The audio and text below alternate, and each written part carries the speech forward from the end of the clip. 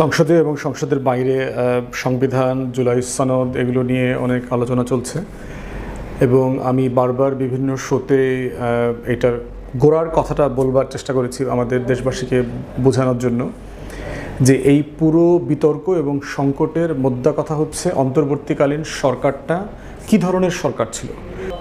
সেই প্রশ্নের সমাধানটা দুঃখজনকভাবে হলো 24-এর গণ অভ্যুত্থান পরবর্তী অভ্যুত্থানের পক্ষে শক্তিগুলো করতে পারে নাই। না করতে পারার কারণে যেটা হয়েছে, একটা হাইব্রিড জগাখিচুড়ি সিচুয়েশন তৈরি করেছি, যেটা আমরা সকল রাজনৈতিক দলের এখানে দায় যেমন আছে, পার্টিকুলারলি ক্ষমতার ভরকেন্দ্রগুলো যারা আছে তাদের দায় আছে।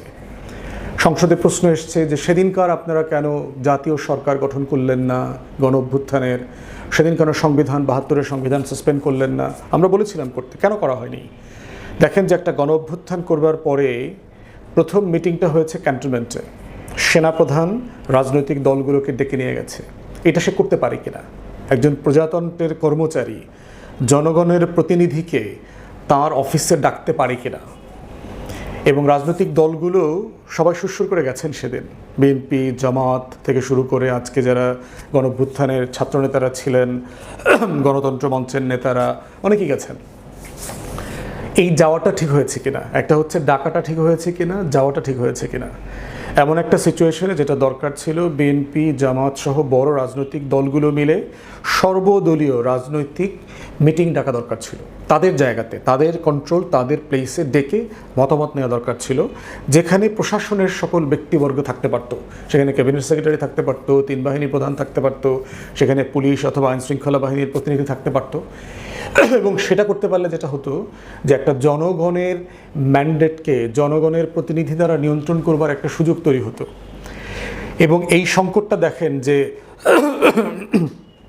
আজকে বলা হচ্ছে কেন জাতীয় সরকার হয়নি, কেন হয়নি? মূলত বিএনপির কারণে হয়নি, কারণ ভিতরের সকল আলাপ গল্প আমরা জানি যে কে কোথায় কাকে ডেকে নিয়েছে, জাতীয় সরকারের প্রস্তাব দিয়েছে, কে কখন সেখানে দেশে বিদেশে ফোন দিয়েছে, মতামত নিয়েছে এবং নাকচ করে দিয়েছে যে ভাই কি দরকার জাতীয় সরকারের, 3 মাস পরে আপনারা এমনি ক্ষমতায় যাবেন, দরকার নাই। তাহলে দেখেন যে আমরা এই যে সাংবিধানিক চক্রের ভিতরে পড়লাম, ক্ষমতার ভরকেন্দ্রগুলো একটা গণ অভ্যুত্থানকে কীভাবে ছিনতাই করলো, কিডন্যাপ করলো। ক্যান্টনমেন্ট থেকে এরপরে বিকালে বঙ্গভবনে নিয়ে গেল চুপ্পুর কাছে। যেই চুপ্পু হচ্ছে হাসিনা রেজিমের একটা প্রতিভূ, একটা ফ্যাসিবাদের রিফ্লেকশন মিরর, তার অফিসে নিয়ে গেল। তাহলে দেখেন একটা জনগণের গণ অভ্যুত্থান কীভাবে হাইজ্যাক হতে হতে ক্যান্টনমেন্ট থেকে বঙ্গভবনে চলে গেছে, যারা সবাই লম্বা সময় ধরে ফ্যাসিবাদের পক্ষে কোনো না কোনো ভূমিকা পালন করেছে। অতএব সেই জায়গার মধ্য দিয়ে যেটা হচ্ছে, রাজনীতিবিদরা তাদের ঐতিহাসিক রাজনৈতিক সিদ্ধান্ত নিতে ভুল করেছেন এবং তার দায় এবং তর্ক বিতর্ক, দায়িত্ব সব কিছুর আলোচনা এখন ভিন্ন ভিন্ন মাত্রায় আমাদের করতে হচ্ছে। যে আমরা গণ অভ্যুত্থানের জন্য পক্ষে জাতীয় সরকার, সর্বদলীয় জাতীয় সরকার করতে পারি নাই।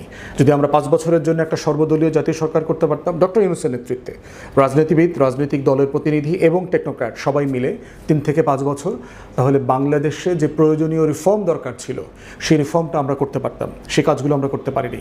72-এর সংবিধান রেখে, চুপ্পুকে রেখে আলটিমেটলি আমরা আওয়ামী লীগ এবং দিল্লির আধিপত্যবাদকে অক্সিজেন দিয়ে আইসিইউতে বাঁচিয়ে রেখেছি। এবং এই বাঁচিয়ে রাখার মাসুল আজকে সংসদে এবং সংসদের বাইরে জাতিকে দিতে হচ্ছে। এত বড় একটা গণ অভ্যুত্থান, রক্তঝরা বিপ্লবের প্রশ্নবিদ্ধ করা হচ্ছে যে গণভোটে কি প্রশ্ন লেখা ছিল, কোথায় লেখা ছিল, এটা সংবিধানের সাথে যায় কিনা, অর্ডার অধ্যাদেশ মানতে বাধ্য কিনা, গণভোটের সাথে সংবিধানের মিল আছে কিনা। বর্তমান সংবিধানে তো গণভোট নাই, বর্তমান সংবিধানে তো শেখ মুজিবকে স্বাধীনতার ঘোষক বলা হয়েছে। তাহলে 26শে মার্চ প্রধানমন্ত্রী থেকে শুরু করে বাংলাদেশের সরকারের সবাই যে বললেন জিয়াউর রহমান স্বাধীনতার ঘোষক, তাহলে আপনারা সংবিধান লঙ্ঘন করেন নাই? একজন ইউনোকে পর্যন্ত আপনারা সাসপেন্ড করেছেন সে সংবিধান মোতাবেক একটা বক্তব্য দেওয়ার কারণে। তাহলে এই যে আপনারা ডাবল স্ট্যান্ডার্ড মেনটেন করে সব জায়গায় যে প্যাচ লাগাচ্ছেন, এই জেলাপির প্যাচে কিন্তু আপনি একসময় আটকে যাবেন। হাসিনা আটকে গেছে না? সংবিধান করতে করতে তত্ত্বাবধায়ক সরকার ব্যবস্থা বাতিল করে দিয়েছে, সংবিধানের অজুহাত দিয়ে 14 একতরফা নির্বাচন করেছে, সংবিধানের অজুহাত দিয়ে রাতের ভোট করেছে 18-তে, সংবিধানের অজুহাত দিয়ে 24-এ দামি নির্বাচন করেছে। সবই তো সংবিধান দিয়ে করেছে। সংবিধান দিয়েই তো সারা বাংলাদেশটাকে একটা জীবন্ত জাহান্নামে পরিণত করেছে। এবং আপনারাও একই কাজ করছেন। আপনারা মনে করছেন যে বাগাড়ম্বর করে আমরা জিতেছি, আমাদের 200+ সিট আছে, আমরা সংবিধান বগল দাবা করে ফেলবো এবং জনগণকে বুঝতে দেব না যে সংবিধান সংশোধন কী জিনিস আর সংস্কার কী জিনিস। বাংলাদেশে গণ অভ্যুত্থান হয়েছে বন্দোবস্ত পরিবর্তন করবার জন্য, রাজনৈতিক বন্দোবস্ত, শুধুমাত্র একটা সংবিধানের 2-3টা প্রভিশন চেঞ্জ করবার জন্য না, এবং সেটা আপনারা করতে পারবেন না। এগুলো পরবর্তীতে যখন আপনাদের সরকার থাকবে না, তখন ABM খায়রুল হক মার্কা একটা আওয়ামী বিচারপতি এসে এগুলো সব ছুঁড়ে ফেলে দেবে যদি আপনারা সংস্কারে যেতে না পারেন। তাই আজকে যে কৃত্রিম তর্কগুলো আপনারা তৈরি করছেন, এগুলো আসলে তর্ক না। এ সকল তর্কে টেবিল চাপড়িয়ে জেতা যায়, কিন্তু দীর্ঘমেয়াদে জনগণের আস্থায় আপনারা থাকতে পারবেন না। আপনারা ইতিমধ্যে প্রতিনিয়ত জুলাইয়ের শত্রু আকারে বিবেচিত হচ্ছেন, এবং জুলাইয়ের শত্রু আকারে বিবেচিত হওয়ার পরিণতি আপনাদের কারোর জন্য ভালো হবে না, এবং এটা প্রয়োজন নাই। কারণ আমরা বিএনপিকে আপনাদেরকে জুলাইয়ের পক্ষে শক্তি মনে করি, গণ অভ্যুত্থানের পক্ষে শক্তি মনে করি। আপনাদের হাজার হাজার নেতাকর্মীরা 2024 সালে দেশের সব জায়গায় আন্দোলনে অংশগ্রহণ করেছে। আপনাদের হাজার হাজার নেতাকর্মী জীবন দিয়েছে, 17 বছরের ফ্যাসিবাদ বিরোধী আন্দোলনে জেল কেটেছে, মজলুম ছিলেন। জিয়া পরিবারের বেগম জিয়া, তারেক রহমান, সবাই, কোকো, সবাই জুলুমের শিকার হয়েছেন এই 111-এর সরকারের পরে যে আওয়ামী ফ্যাসিবাদ তৈরি হয়েছে।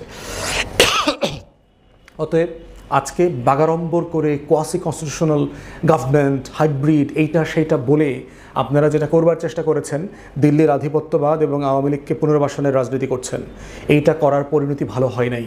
জিয়াউর রহমানের ইতিহাস দেখেন, শেখ হাসিনাকে দেশে ফেরত আনা, এরশাদের মতো একটা বদমাইশ ভারতের দালালকে সেনাপ্রধান বানানো, আওয়ামী লীগকে নির্বাচনে অংশগ্রহণ করতে দেয়া, পুনর্বাসন করা রাজনীতিতে, এর পরিণতিগুলো ভালো হয় নাই।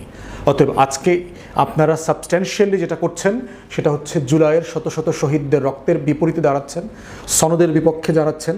আপনারা জুলাই জাতীয় সনদ কিন্তু স্বাক্ষর করেছেন, অঙ্গীকার করেছেন, অঙ্গীকার নামায় লেখা ছিল এর কোনো কিছুকে আপনারা আদালতে চ্যালেঞ্জ করবেন না। অতএব আজকে প্রতিনিয়ত এটাকে প্রশ্নবিদ্ধ করছেন, চ্যালেঞ্জ করছেন, হেয় করছেন, এগুলোর পরিণতি ভালো হবে না। একটা রাজনৈতিক বন্দোবস্তের প্রশ্ন সাংবিধানিক প্রভিশন দিয়ে জাস্টিফাই করা যায় না, তার সম্মতি নাই।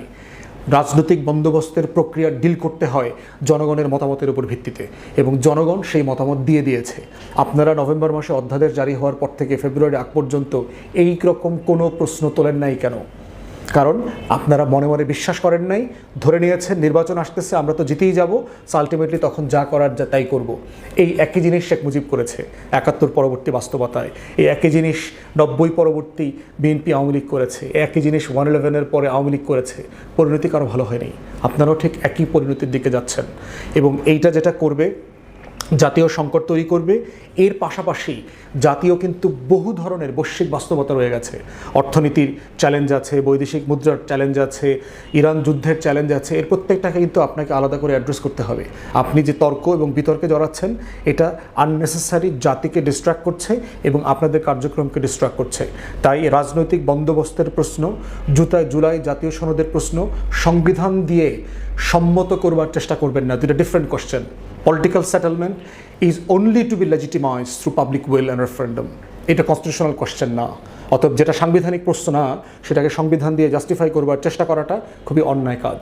অতএব আওয়ামী লীগের পদে হাঁটবেন না, জুলাইয়ের পক্ষে থাকেন, শহীদ জিয়ার দিল্লির আধিপত্যবাদ বিরোধী রাজনীতিতে থাকেন, আজাদি এবং ইনসাফের পক্ষে থাকেন।